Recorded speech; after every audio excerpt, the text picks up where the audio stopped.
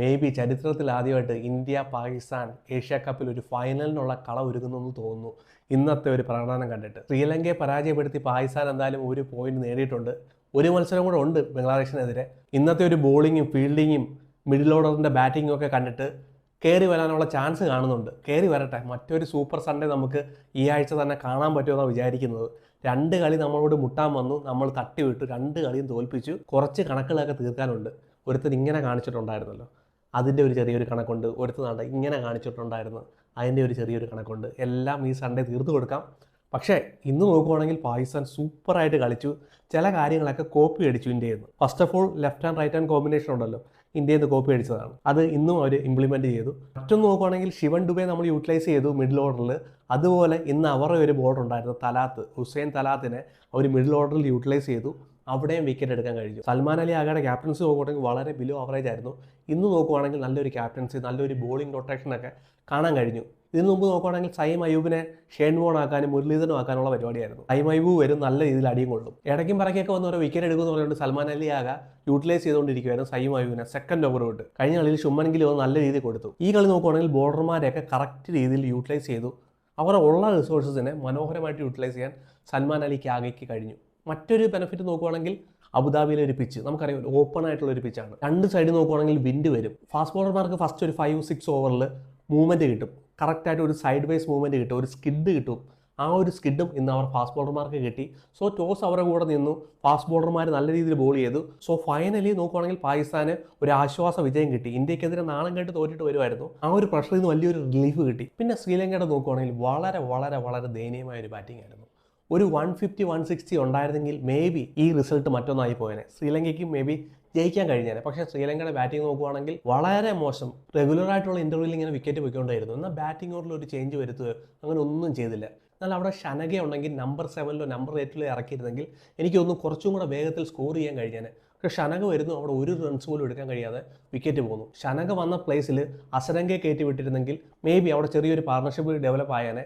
ഷനഗയ്ക്ക് വന്ന് അവിടെ ഹിറ്റ് ചെയ്യാൻ കഴിഞ്ഞാൽ നോക്കുകയാണെങ്കിൽ ഹാർദിക് പാണ്ഡ്യ കൂടെ നല്ലൊരു ഹിറ്ററാണ്. ബംഗ്ലാദേശിനെതിരെ നല്ലൊരു പെർഫോമൻസ് കാഴ്ചവെച്ചായിരുന്നു ബാറ്റ് കൊണ്ട്. സോ ചെറിയ ചെറിയ മിസ്റ്റേക്ക് ആവർത്തിച്ച് ബോളിങ്ങിലോട്ട് വരുവാണെങ്കിൽ അസലങ്കയുടെ ബോളിംഗ് റൊട്ടേഷൻ നോക്കുകയാണെങ്കിൽ വളരെ മോശമായിരുന്നു. പവർ പ്ലേ തന്നെ നോക്കുകയാണെങ്കിൽ ശ്രീലങ്കയ്ക്ക് ഡാമേജ് കിട്ടി. പാകിസ്ഥാൻ നോക്കുകയാണെങ്കിൽ അറ്റാക്ക് ചെയ്ത് കളിച്ചു പവർ പ്ലേക്കകത്ത്. പ്രത്യേകിച്ച് ഫർഹാൻ വന്ന് നല്ലൊരു ബാറ്റിംഗ് പെർഫോമൻസ് കാഴ്ചവെക്കുന്നു. ഏകദേശം 45 റൺസോളം പവർ പ്ലേക്കകത്ത് എടുത്തു. എന്നാൽ 6ാമത്തെ ഓവറിൽ തീഷ്ണ വന്ന് ഒരു ഓവർ 2 വിക്കറ്റ് എടുത്തു. അത് കഴിഞ്ഞ് അസരംഗ വന്ന് വിക്കറ്റ് എടുക്കുന്നു. നോക്കുകയാണെങ്കിൽ പാകിസ്ഥാൻ അവിടെ പ്രഷറിലോട്ട് പോയി. എന്നാൽ അവരുടെ ക്യാപ്റ്റൻ പവർ പ്ലേക്കകത്ത് സ്പിന്നറെ കൊണ്ടുവന്നില്ല. 3ാമത്തെ ഓവറിൽ 18 റൺസാണ് തുഷാര വഴങ്ങിയത്. തുഷാർ നോക്കുകയാണെങ്കിൽ ബംഗ്ലാദേശിനെതിരെ നല്ല രീതിയിൽ അടികൊണ്ടു. ഇന്ന് നോക്കുവാണെങ്കിൽ പാകിസ്ഥാൻ നല്ല രീതിയിൽ 3ാമത്തെ ഓവർ തന്നെ അറ്റാക്ക് ചെയ്ത് കളിച്ചു. പിന്നെ ശ്രീലങ്കയുടെ സ്പിന്നർമാർ നോക്കുവാണെങ്കിൽ ആദ്യത്തെ സ്പെല്ല് മനോഹരമായിട്ട് യൂട്ടിലൈസ് ചെയ്തു. അവിടെ ഒരു ചെറിയൊരു ബ്രേക്ക് വരുന്നു. അസലങ്ക വിചാരിച്ച് മാച്ച് ചിലപ്പം കുറച്ചും കൂടെ മുമ്പോട്ട് പോകും, സ്പിന്നർമാരെ അവിടെ ആവശ്യമുണ്ടെന്ന് വെച്ചാൽ എന്തോ ചെയ്ത് അവിടെയും ബോളിംഗ് കൊടുക്കുന്നില്ല. അവിടെ അസലങ്ക വന്ന് ബോൾ ചെയ്യുന്നു. ബോളിന് ബ്രേക്ക് ഒന്നും കിട്ടുന്നില്ല, മൂവ്മെൻറ്റ് ഇല്ലായിരുന്നു, സ്പിന്ന് കിട്ടുന്നില്ലായിരുന്നു. അസലങ്ക അവിടെ 7 റൺസ് അടങ്ങുന്നു.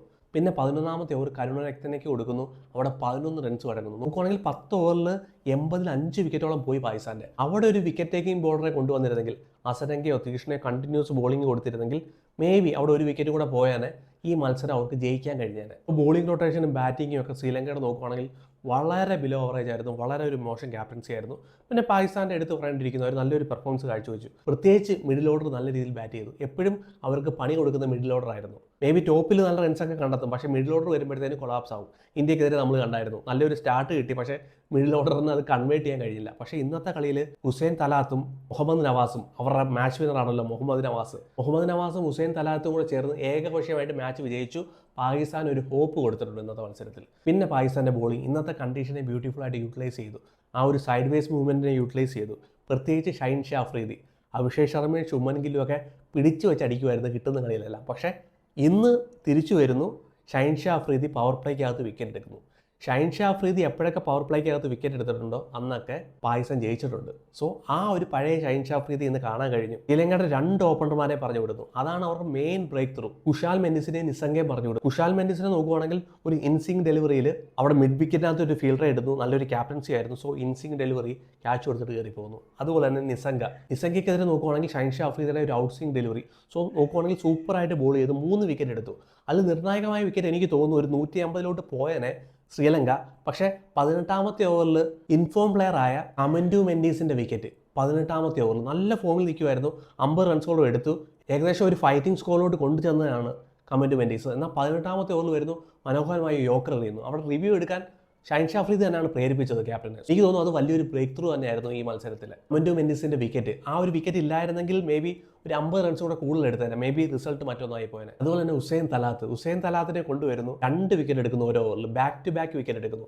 സോ അതോടെ നോക്കുവാണെങ്കിൽ ശ്രീലങ്ക പരിങ്ങലായെന്ന് പറഞ്ഞിരിക്കുന്നത്. പിന്നെ റെഗുലർ ആയിട്ടുള്ള ഇന്റർവെല്ലിൽ വിക്കറ്റ് പൊയ്ക്കൊണ്ടായിരുന്നു. സോ മീഡിയം ബോളർമാർ നോക്കുവാണെങ്കിൽ നല്ല എഫക്റ്റീവ് ആണ്. ബാക്ക് ഓഫ് ദി ലെങ്തിൽ വന്നിട്ട് ഹാർഡ് ലെങ്ത് യൂസ് ചെയ്യുന്നു. അവിടെ വിക്കറ്റ് നഷ്ടപ്പെട്ടിരിക്കുന്ന ശ്രീലങ്ക മേ ബി അറ്റാക്ക് ചെയ്യാൻ ശ്രമിച്ചു.